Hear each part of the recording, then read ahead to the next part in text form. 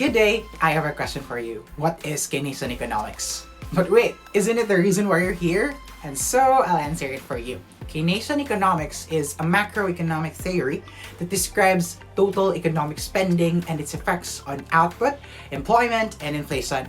It was also developed during the 1930s by the British economist John Maynard Keynes in an attempt to understand the Great Depression. To better understand, what do you think the government is doing to buffer the impact of the COVID-19 pandemic's recession? For what I have observed, active government policy is used to manage aggregate demand in order to address or prevent economic recessions. And voila! That is your Keynesian model in action. Among the forms of spending, we'll focus our attention to government spending and net exports. To begin with, take a look at this table.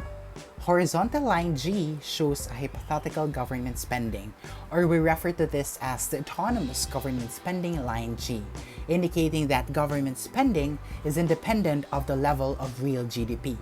So you see, an increase in government spending shifts G upward to G1, while a decrease shifts G downward to G2. Another thought to include is the autonomous net exports.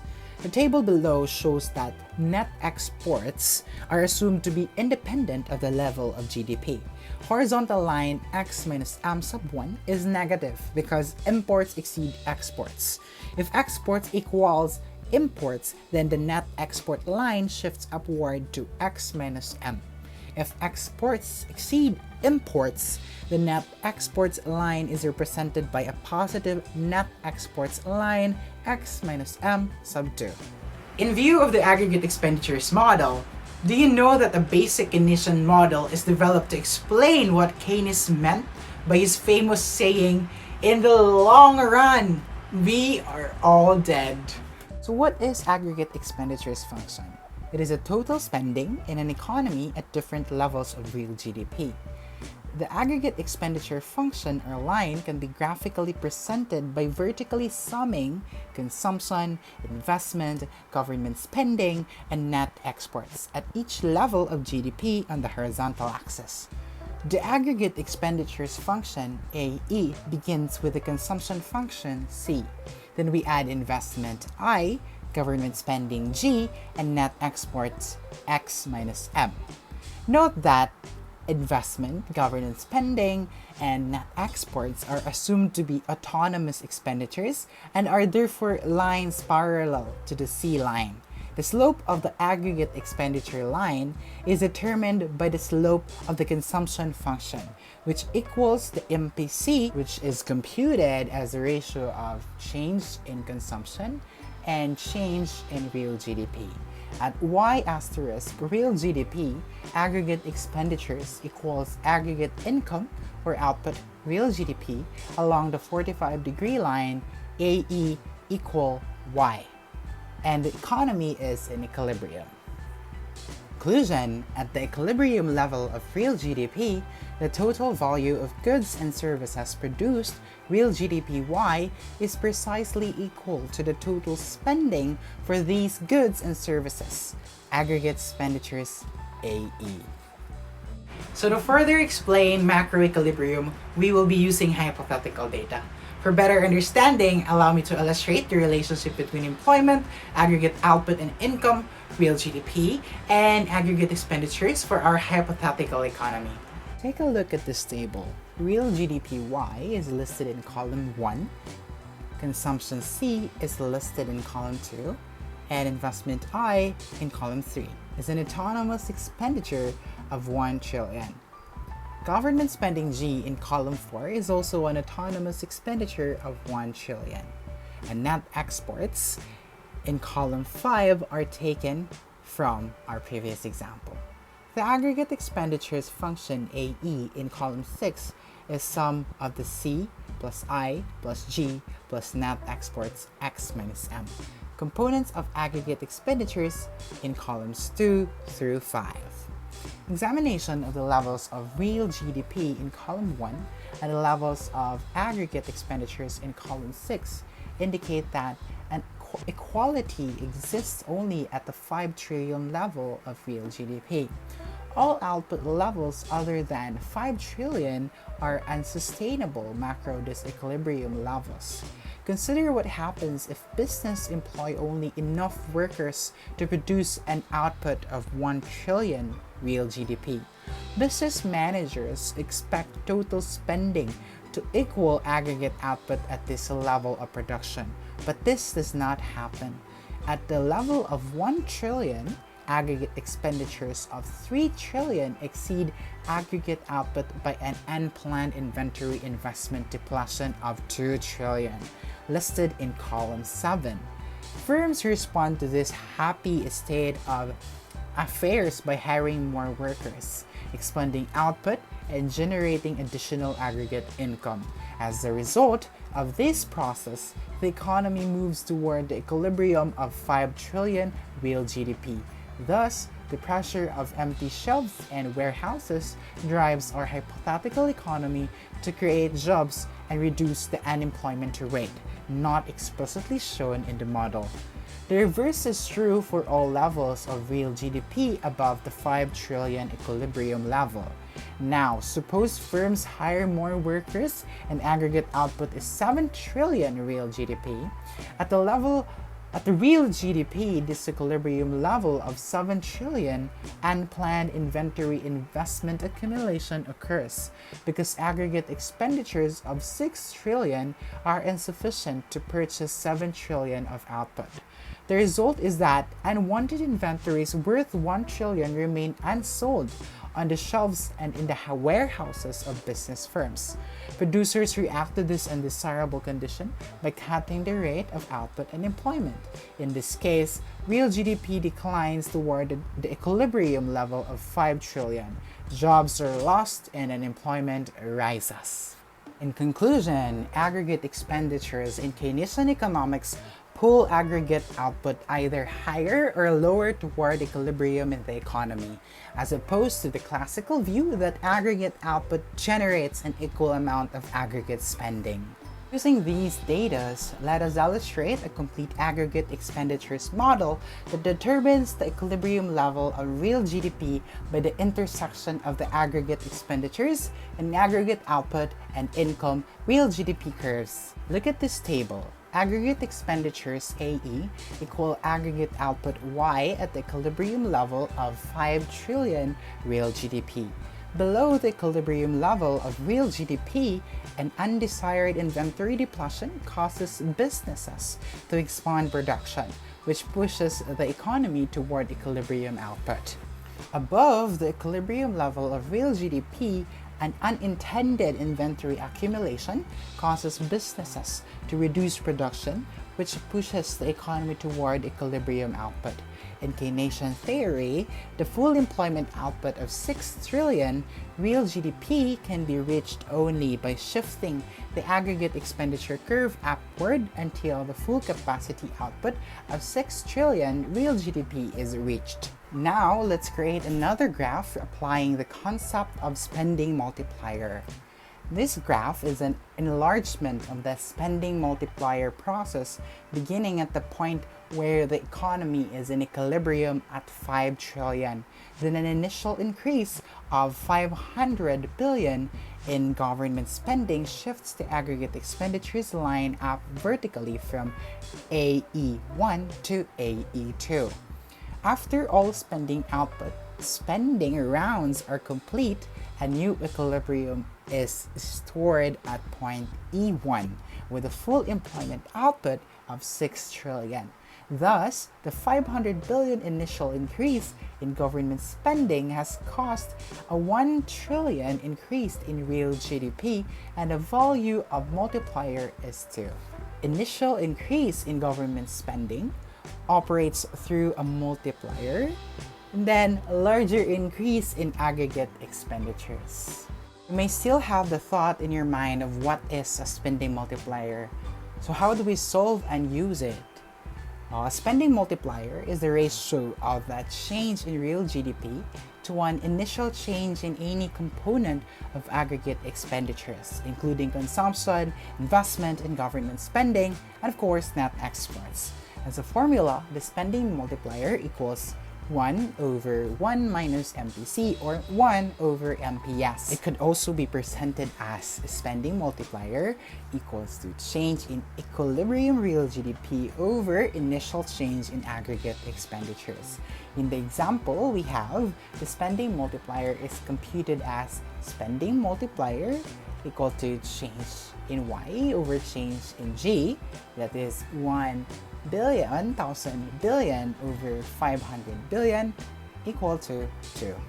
In conclusion, any initial change in spending by the government, households, or firms creates a chain reaction for further spending, which causes a greater cumulative change in aggregate expenditures. The spending multiplier for aggregate demand is expressed as spending multiplier equal to 1 over 1 minus MPC. Applying this formula to our example, spending multiplier is equal to 1 over 1 minus MPC of 0.50.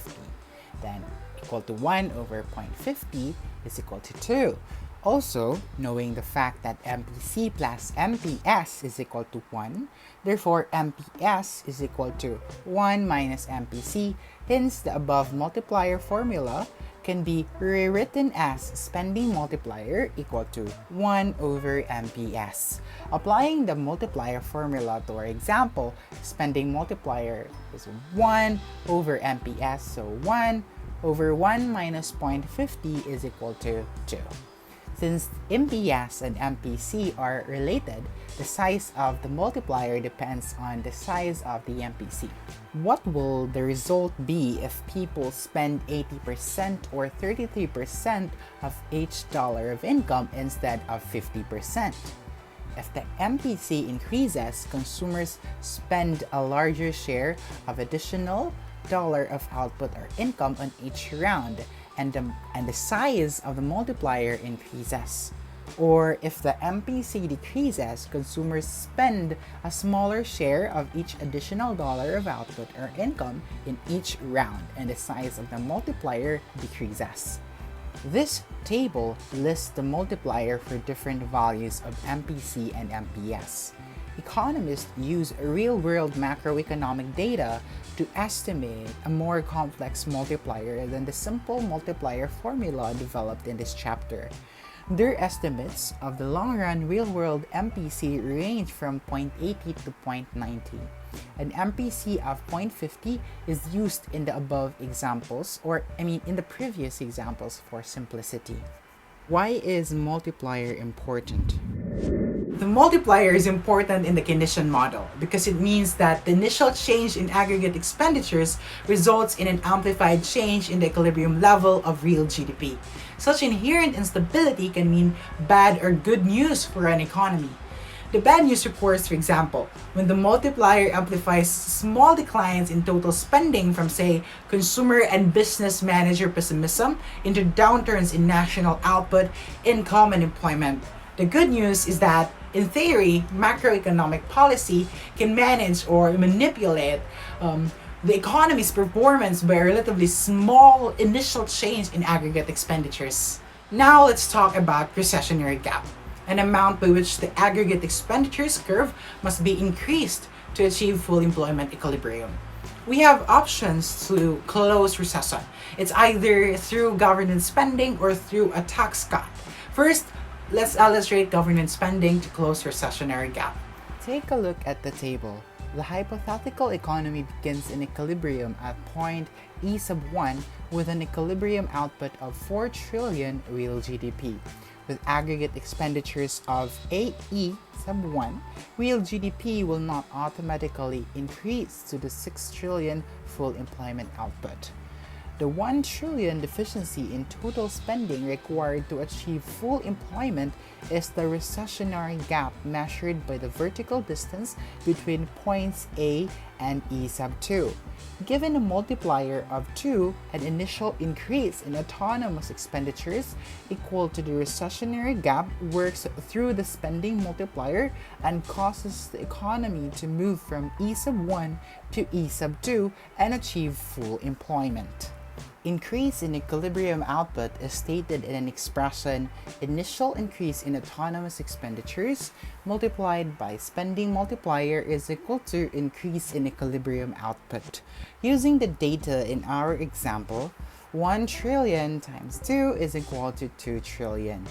Moving on to using tax cuts to close the recessionary gap. In here, we have to compute the tax multiplier. So what is the tax multiplier?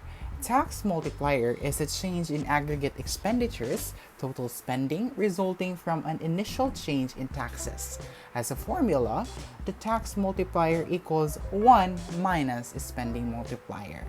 After you calculate the tax multiplier, multiply your answer by the amount of the tax increase or decrease in order to determine the change in aggregate expenditures, expressed as a formula change in taxes or change in T times tax multiplier equal to change in aggregate expenditures.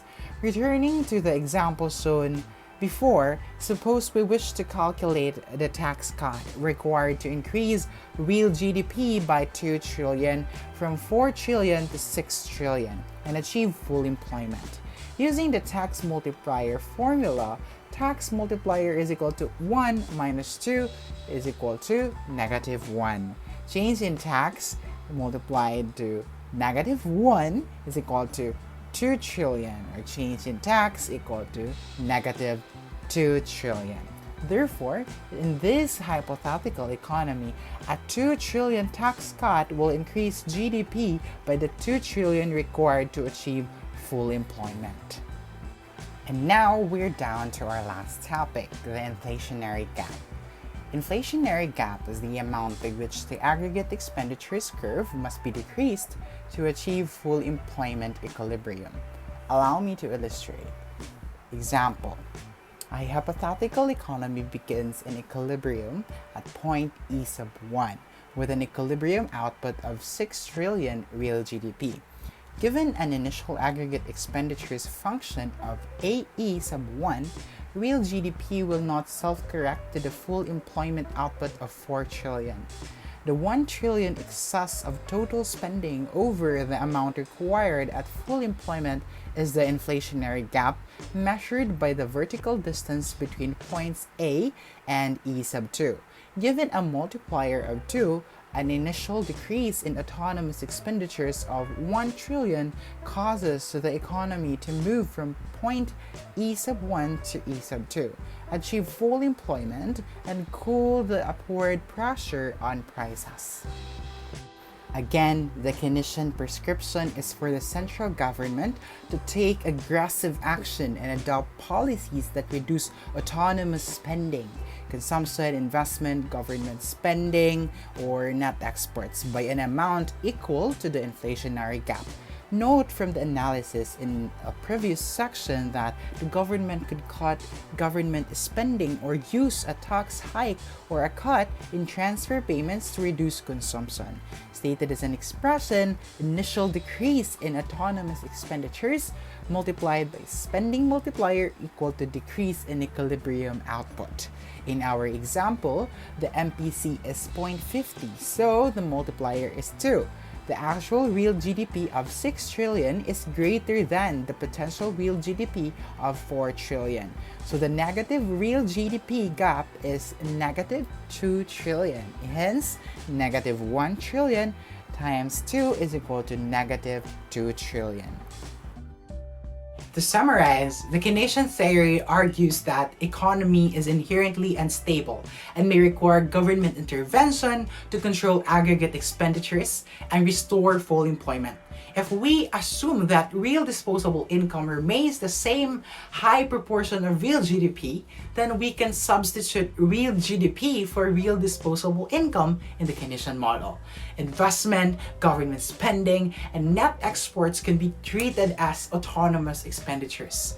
Adding consumption, investment, government spending, and net exports equals the aggregate expenditures function. Before we end, let's try to answer the following questions. So, pause for a while and try to answer it.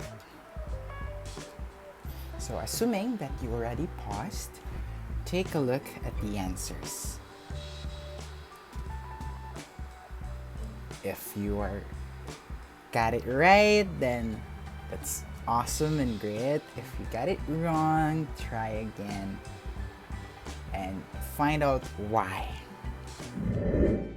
Well, I suppose you are now ready to take any exams or a quiz about Keynesian model. Thanks to me, of course, and thanks to you because you've listened to my discussion well.